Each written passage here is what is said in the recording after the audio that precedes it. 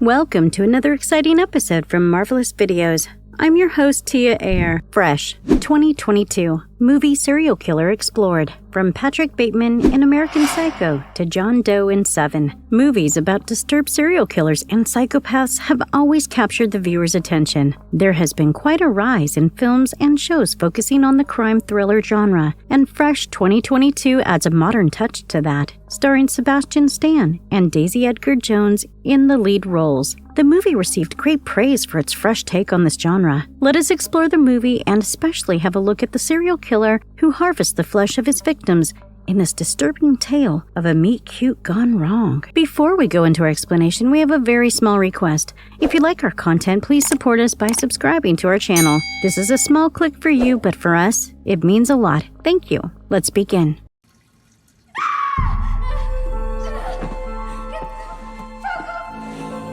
What makes the killer so terrifying? How the butcher of human flesh lures his victims. The movie begins with an introduction to Noah, a young woman who is quite disappointed with her dating life as she keeps going on bad date after another. However, she continues to meet men on dating apps and seems stuck in a cycle of bad dating experiences. After sitting through another one of them, Noah's life turns around when she finally comes across a seemingly polite man at the supermarket. The man introduces himself as Steve, and the two really hit it off and engage in a banter. Steve appears quite polite and well-mannered, and Noah falls for his charms and agrees to share her number with him. The next day, Noah tells her best friend Molly about Steve and admits that she found him cute and funny. Noah did not expect to meet anyone in real life anymore and hoped that Steve would text her. Not much time passes before Steve reaches out to her, and the two meet up in a bar. Their date goes pretty well, and Steve tells her that he moved here due to his work commitments. He tells her that he works in reconstructive surgery and even tells her about the time he saved a young kid who had been badly burned. Noah is quite impressed by Steve and trusts him with the personal information about her life,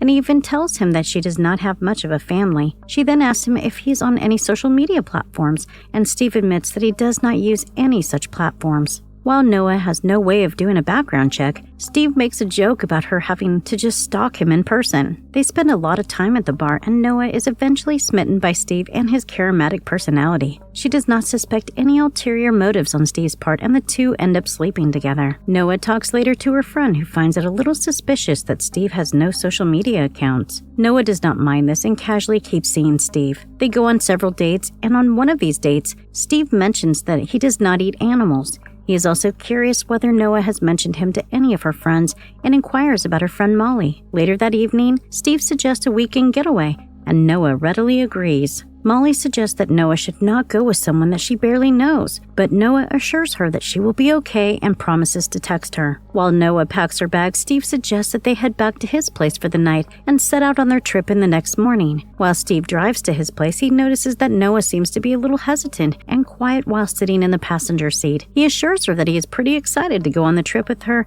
and even tells her that they are going to go to the cottage grove, even though he wanted to keep this a surprise. Noah seems so much more relaxed after knowing this and texts her location to Molly, but the internet service appears to be lagging. They soon reach Steve's place and things take a wild turn at this point. Steve offers to make them some drinks while Noah checks the place out. She observes a strange painting on his wall while Steve drugs her cocktail in the background. He hands her the drink and even asks her if she notices any weird flavors in it. Steve smiles at her and keeps talking while Noah's vision blurs and she falls unconscious. Noah regains consciousness and finds herself chained to the floor, while Steve admits that he drugged her. She asks him what is going on, and Steve tells her that she will freak out if he tells her. Noah asks Steve to take the restraints off, but he refuses, and while Noah starts freaking out, Steve just sits in a corner and tells Noah to listen to him. He tells Noah that he's not going to kill her, at least not right away. We learn that he is a butcher who sells the fresh meat of humans, especially young women such as Noah. Steve also tells Noah that people pay a lot for fresh meat, which is why he will keep Noah alive for a while until he cuts her flesh part by part and sells them fresh. Steve assures her that he will take care of her and even cook her meals as long as she doesn't act up and try to do something dangerous. Noah then tries to attack Steve, but her restraints come in the way, and Steve manages to subdue her. He then leaves Noah on the floor of the room and even texts Molly through Noah's phone to reassure her that Noah is fine. Noah keeps crying and asking for help, and when she hears a woman through the wall, the woman's voice tells her that she cannot help her and that they are in the same boat.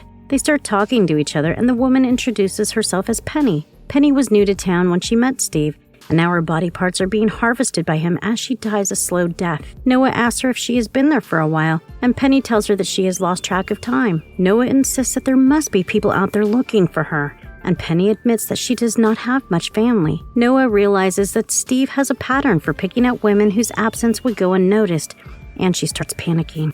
Penny tells her that there is another woman named Melissa here, and Noah states that they have to get out of here one way or another. Back in the city, Molly tries to do a background check on Steve but does not very much information. She texts Noah and gets immediate replies, but Molly senses that these replies seem suspicious and she starts to dig into Steve's history. The scene shifts to Steve's kitchen as the butcher takes out a piece of Melissa's leg from his storage and cuts the meat into smaller pieces. He does not seem bothered by the task of cutting up a human leg at all and actually dances around as he packages the meat. Steve then visits Noah in her room and even cooks her a proper meal. Noah refuses the food, but she tells him that she needs to shower. Steve tells her to give him one smile and then allows her to take a shower. He even gets rid of her restraints and tells her that he is still the nice guy she met at the bar the other day. He just warns her not to play any games and then leads her into the bathroom.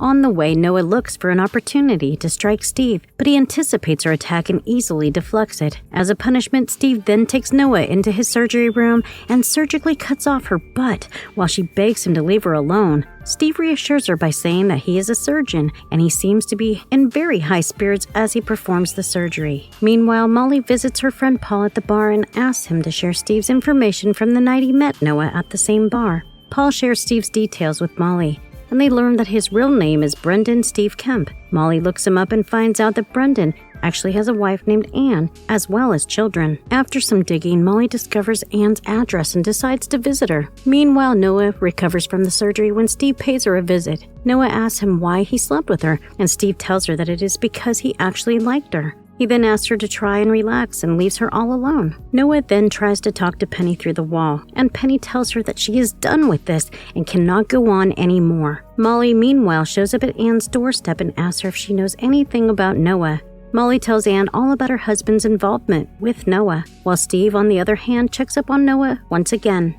Noah tries to engage in conversation with him and asks him about the taste of the meat, and Steve then decides to leave. He returns home to find Molly there, who asks him if he also goes by the name of Brendan. Steve denies this and also claims to not know Noah at all. As Molly leaves, she tries to call Noah, but the phone rings in Steve's pocket. He then tells Molly that she should not have come here, while Anne hits Molly in the head and strikes her down. While Anne and Steve talk to her, we learn that Anne is also involved in this business. Moreover, she also has a prosthetic leg, suggesting that she was one of his earlier victims.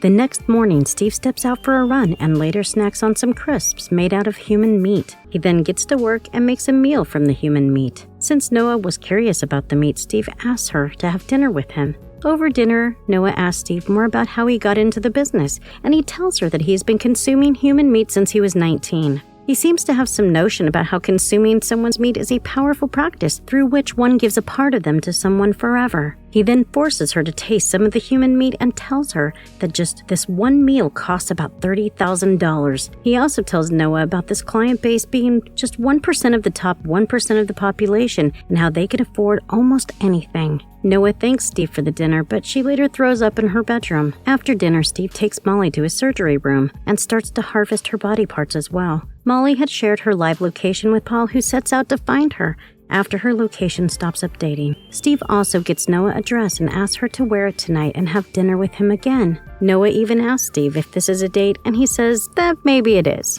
They start drinking a lot, and Noah once again digests the human meat even if she cannot stomach it. During dinner, Steve shows Noah a secret compartment behind a painting where he has collected a lot of personal items belonging to all of his victims so far. As Noah skims over all the collected items, she spots Molly's phone and immediately recognizes it. Later, Steve and Noah return to the dinner table where he serves her some breast meat. He even makes a joke about the meat tasting familiar, and Noah laughs and cracks a joke. However, she has figured out that Molly needs saving, and Noah then tricks Steve into sleeping with her by putting up an emotional front. While Steve was quite skilled in tricking women and luring them into his place, he fails to see through Noah's plan and engages in her ideas. They dance around the room, and Steve even forgets to handcuff Noah. Later, they sleep together, and Noah takes a while in the bathroom before going to bed. She catches Steve off guard and bites off his testicles during the deed, leaving him in a lot of pain. Moreover, she also rubs his eyes with some toothpaste from the bathroom, which disorients him and gives Noah some time to leave the room and haphazardly lock it. Noah then frees Molly and Penny while Steve manages to escape the room. As the three girls find their phones and try to escape, Steve catches up with them and tries to attack Noah. With some help from Molly and Penny, Noah dodges his attacks, and the three girls manage to escape the place. However, Steve follows them out with a gun even in his injured state and tries to shoot at them. Finally, the three girls corner him and Noah shoots him with his own gun. After a long time of killing women and harvesting their body parts, Steve dies a sad death in the middle of the woods at the hands of the same girls. Noah and the girls then try to leave the premises, but find themselves stuck without any signal or phones. Meanwhile, Anne comes up to the house and finds her husband's dead body on the grounds. She then runs into Noah, who had returned to the house in order to find her phone. Anne tries to trick Noah into believing that they are on the same side, and then attacks her at the first opportunity that she gets. Anne strangles Noah, who uses all of her might to stab Anne with some keys that were in her hand. And Molly also shows up to help Noah, and they kill Anne together. As the movie comes to an end, Noah and Molly sit back and catch their breath as they are relieved to be reunited. During the credits, we see Steve's client sitting on a table with a lot of meat, and we finally learn that they are all a part of a satanic organization. By the way, look at the sunset. Hey. Marvelous Verdict. A disturbingly brutal tale of modern-day horror. Fresh is a twisted modern-day tale that keeps the audience hooked to the story right from the very start, full of elements of suspense, horror, and cannibalism. Along with a dash of humor, this movie has a lot to offer, and it definitely keeps one on their toes till the end. The actors do a fantastic job at playing these roles, and Sebastian Stan's role as a cannibalistic serial killer deserves a lot more recognition. The movie starts on a slow and subtle note, but soon shapes into a gory, murderous tale. The serial killer Steve has a very charismatic personality and seems to appear as quite a regular guy at the beginning.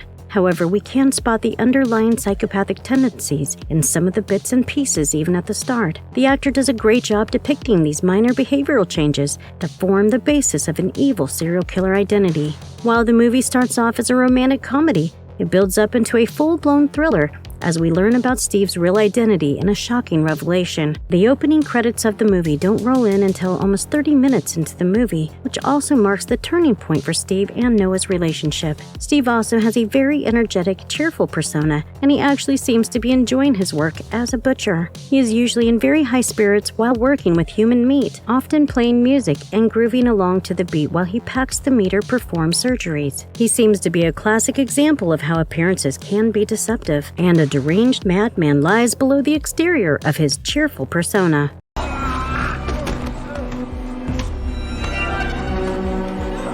A few final words to sum it all up. Fresh is an engaging movie that comes as a treat to the fans of the horror thriller genre. It follows a very unique story and definitely lives up to its name, Fresh, as it is a breath of fresh air among other films in this genre. The movie has a pretty solid storyline and has some wonderful performances by the actors that together make it a great watch. If you're a fan of horror or murder thrillers, then Fresh is right up your alley and is definitely a must-watch. If you liked our content, don't forget to leave a like and subscribe to us if you haven't already. Have a good one. Be safe. Thanks, everyone.